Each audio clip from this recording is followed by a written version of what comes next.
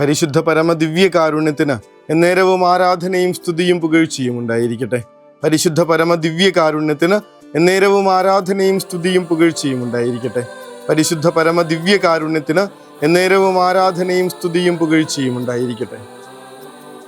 മരണമെന്ന വാക്ക് കേൾക്കുമ്പോൾ നിങ്ങളുടെ ഉള്ളിലുണ്ടാവുന്ന ചിന്ത എന്താണെന്ന് എഴുതാൻ പറഞ്ഞത് സെമിനാരിയിൽ വെച്ചിട്ട് 2 പേപ്പറുകൾ, 18 പേരിൽ നിന്നുള്ള 2 പേപ്പറുകൾ അന്ന് അച്ഛനെടുത്തു. എന്നിട്ട് ആ 2 പേപ്പറുകളും വായിച്ചു. ഒന്നാമത്തേതിൽ എഴുതിയിരുന്നു, നീ ചെയ്തു തീർക്കാനുള്ള ഉത്തരവാദിത്വങ്ങളെക്കുറിച്ചുള്ള ഒരു ചിന്ത ഇങ്ങനെ ഉള്ളിൽ വരും. നല്ല കാര്യമാണല്ലോ. മരണമെന്ന് കേൾക്കുമ്പോൾ ചെയ്തു തീർക്കാനുള്ള ഉത്തരവാദിത്വത്തെക്കുറിച്ചുള്ള ചിന്ത ഇങ്ങനെ വരും. അടുത്തത് കയറി ചെല്ലാനായിട്ടുള്ള സ്വർഗവാതിലിൻ്റെ ഭംഗിയെ ഓർമ്മ വരും. കയറി ചെല്ലാനുള്ള സ്വർഗവാതിലിൻ്റെ ഭംഗി ഓർമ്മ വരും.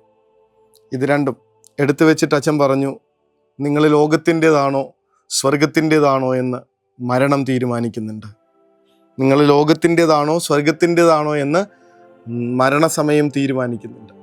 ആദ്യത്തെ ആൾ ചെയ്തു തീർക്കാനായിട്ടുള്ള ഉത്തരവാദിത്വങ്ങളെക്കുറിച്ച് മരണസമയത്ത് ചിന്തിക്കുമ്പോൾ അയാൾ എപ്പോഴും ഈ ലോകത്തിൽ തന്നെ കാലുറപ്പിച്ച് നിൽക്കുന്നു എന്നുള്ള തിരിച്ചറിവ് കിട്ടുമ്പോൾ അടുത്തയാൾ സ്വർഗവാതിലിൻ്റെ ഭംഗിയെക്കുറിച്ച് ആ ഭംഗിയിലേക്ക് നോട്ടമയച്ച് മരണസമയം കഴിക്കുമ്പോൾ ഓർക്കണം, അയാൾ ഈ ഭൂമിയിലായിരുന്നപ്പോഴേ സ്വർഗത്തിന് സ്വന്തമായിരുന്നല്ലോ എന്ന്. എത്ര കാലമായിട്ട് ഇങ്ങനെ ലോകത്തിന് വേണ്ടിയിട്ട് മാത്രം, ഇവിടുത്തെ കാര്യങ്ങൾക്ക് വേണ്ടി മാത്രം അങ്ങനെ ഓടി നടക്കുക, അതിനു വേണ്ടിയിട്ട് പരിശ്രമിച്ചുകൊണ്ടിരിക്കുക. കഴിവും സമയവും ഇത്രയും കാലത്ത് ജീവിതം മുഴുവനും ഇങ്ങനെ ചെലവഴിച്ചത് മുഴുവൻ അതിനു വേണ്ടിയായിരുന്നില്ലേ? പക്ഷേ നിങ്ങൾ ഈ ലോകത്തിൻ്റെതല്ല എന്ന് ഓർമ്മപ്പെടുത്തിക്കൊണ്ട് ഒരു സ്വർഗാരോഹണ തിരുനാൾ കൂടെ വരാണ്. ഇന്നത്തെ ദിവസം നമുക്ക് സ്വർഗത്തിലേക്ക് കണ്ണയച്ചേ പറ്റുള്ളൂ.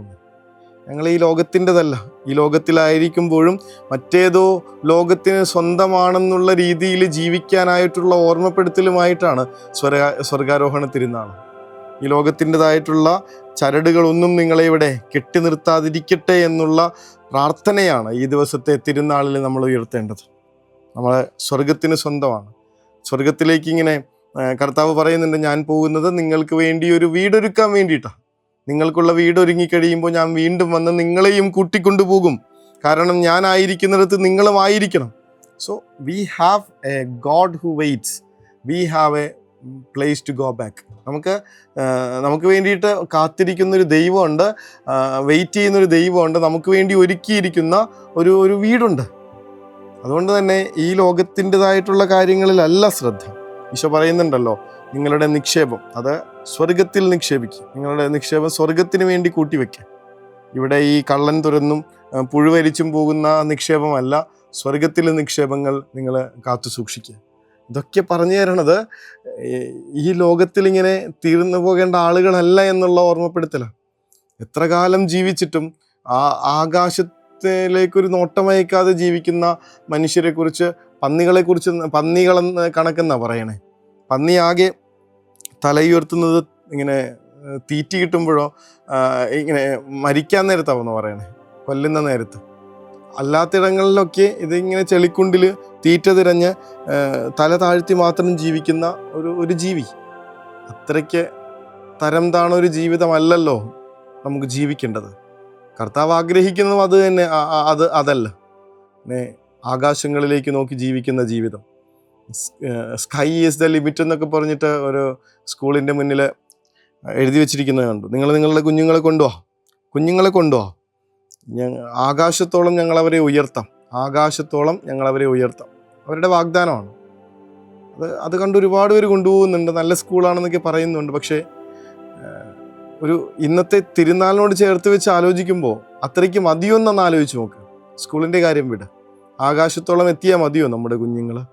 ആകാശത്തിനും അപ്പുറത്തുള്ള അനന്തതയിലേക്ക് ഇങ്ങനെ മിഴികൾ ഉയരാതെ ഈ കുഞ്ഞുങ്ങൾ ഈ ലോകത്തിൻ്റെ മാത്രമായി ജീവിച്ചു കഴിഞ്ഞാൽ അവരെങ്ങനെയാണ് സ്വർഗത്തിലേക്ക് എത്തിച്ചേരുക?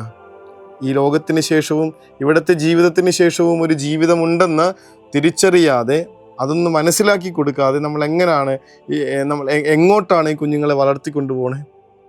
കർത്താവ് നമ്മളോട് പറഞ്ഞു തന്നത് മുഴുവൻ ഈ സ്വർഗരാജ്യത്തെ കുറിച്ചിട്ടായിരുന്നു.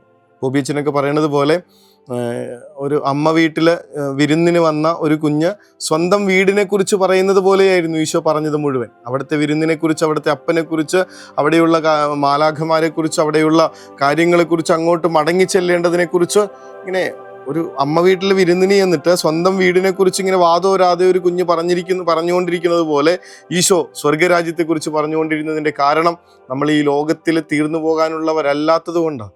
അവനിവിടെ ഒടുങ്ങിപ്പോയില്ലല്ലോ.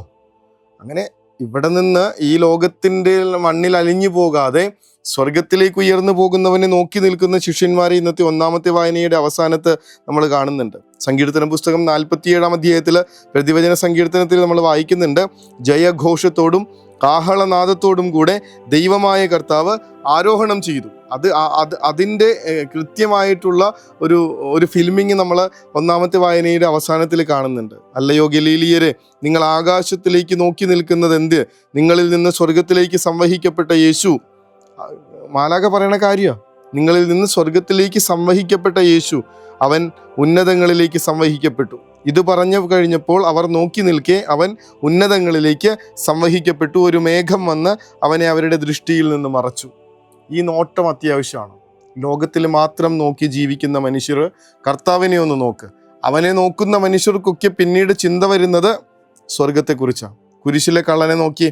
കുരിശിലെ കള്ളനിങ്ങനെ അത്രയും കാലം ഈ ഭൂമിയിലെ കാര്യങ്ങൾക്ക് വേണ്ടി മാത്രം എന്തും ചെയ്യാനായിട്ട് തയ്യാറായി നടന്ന ഒരാൾ, കൊലപാതകം വരെ ചെയ്യാനായിട്ട്, ഇങ്ങനെ മനുഷ്യരെ എത്ര ഉപദ്രവിക്കാനായിട്ടും തയ്യാറായി നടന്നിരുന്ന ഒരാൾ കുരിശിൽ കിടന്ന് ആദ്യമായിട്ട് ക്രിസ്തുവിനെ കാണാം.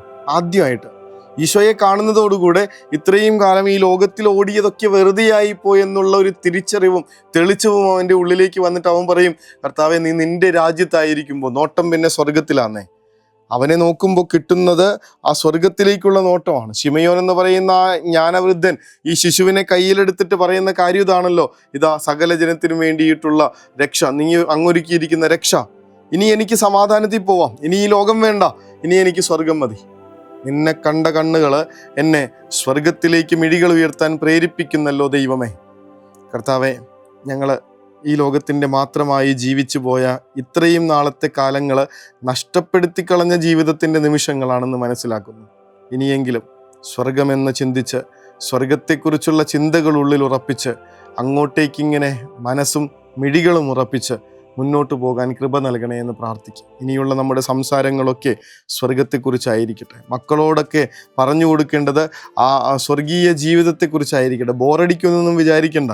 കുറച്ച് കഴിയുമ്പോൾ അവർക്ക് പതിയെ മനസ്സിലായി തുടങ്ങുന്നത് കാണാൻ പറ്റും. എപ്പോൾ പറഞ്ഞിട്ടുണ്ട് നമ്മൾ സ്വർഗത്തെക്കുറിച്ച്, എപ്പോൾ പറഞ്ഞിട്ടുണ്ട് നമ്മളെ കാത്തിരിക്കുന്ന മാലാഖമാരെ കുറിച്ച്, എപ്പോൾ പറഞ്ഞിട്ടുണ്ട് അവിടെ എനിക്ക് വേണ്ടി ഒരുങ്ങിയിരിക്കുന്ന ഇങ്ങനെ ചേർത്ത് പിടിക്കാൻ കാത്തിരിക്കുന്ന ദൈവത്തെക്കുറിച്ച്. ഞാനായിരിക്കുന്നിടത്ത് നിങ്ങളുമായിരിക്കണമെന്ന് പറഞ്ഞ കർത്താവിൻ്റെ ആഗ്രഹത്തെക്കുറിച്ച് നമ്മളെപ്പോഴും പറഞ്ഞുകൊണ്ടിരിക്കുന്നതും നാളെ പോകാനായിട്ടുള്ള കല്യാണത്തെക്കുറിച്ചാണ്, മറ്റന്നാൾ പോകാനായിട്ടുള്ള അടച്ചു തീർക്കേണ്ട ലോണിനെ കുറിച്ചാണ്, കുഞ്ഞുങ്ങളുടെ ഈ 2-3 വർഷത്തെ പഠനത്തെക്കുറിച്ചാണ്. എപ്പോൾ പറഞ്ഞിട്ടുണ്ട് സ്വർഗത്തെക്കുറിച്ച്? അവർ നോക്കി നിൽക്കെ സ്വർഗത്തിലേക്ക്, ഉന്നതങ്ങളിലേക്ക് സംവഹിക്കപ്പെട്ടു. കർത്താവെ, നിന്നെ നോക്കി നിൽക്കാൻ, ആ സ്വർഗത്തെ ഇങ്ങനെ ഓർത്ത് ജീവിക്കാൻ, സ്വർഗത്തിലേക്ക് മിഴികൾ ഉയർത്തി ഞങ്ങളുടെ ജീവിതം മുന്നോട്ട് കൊണ്ടുപോകാൻ ഞങ്ങൾക്ക് തെളിച്ചം തരണമേ എന്ന് ഈ സ്വർഗാരോഹണ തിരുനാളിൽ നമുക്ക് പരസ്പരം പ്രാർത്ഥിച്ചുകൊണ്ട് അതിനായിട്ടുള്ള ആശീർവാദത്തിനായി പരിശുദ്ധ സ്നേഹമേ, പരിശുദ്ധ പരമദിവ്യകാരുണ്യമേ, അനന്ത സ്നേഹമേ, പരിശുദ്ധ പരമദിവ്യകാരുണ്യമേ, അനന്ത സ്നേഹമേ.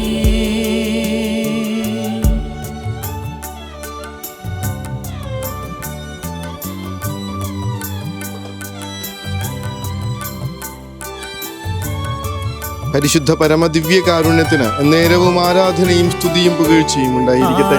പരിശുദ്ധ പരമദിവ്യകാരുണ്യത്തിന് നേരവും ആരാധനയും സ്തുതിയും പുകഴ്ചയും ഉണ്ടായിരിക്കട്ടെ.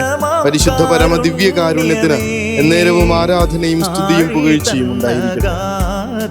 കർത്താവേ, ഈ രാത്രി മരണം എന്നെ പുൽകുമ്പോൾ സ്വർഗത്തിന്റെ വാതിലുകൾ തുറന്നു കിടക്കുന്നല്ലോ എന്നുള്ള സന്തോഷത്തിൽ ആ മരണത്തിലേക്ക് പോകാൻ തെളിച്ചം തരണമേ എന്ന്.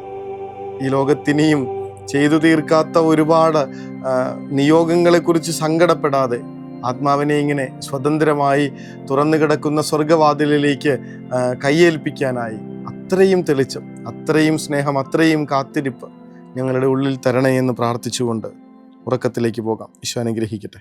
കരുണതൻ കയർ പിടിച്ച് നയിച്ചിടും സ്നേഹമേ, ദിവ്യകാരുണ്യ സ്നേഹമേ, പരിശുദ്ധ സ്നേഹമേ, പരിശുദ്ധ പരമദിവ്യകാരുണ്യമേ, അനന്ത സ്നേഹമേ, പരിശുദ്ധ പരമദിവ്യകാരുണ്യ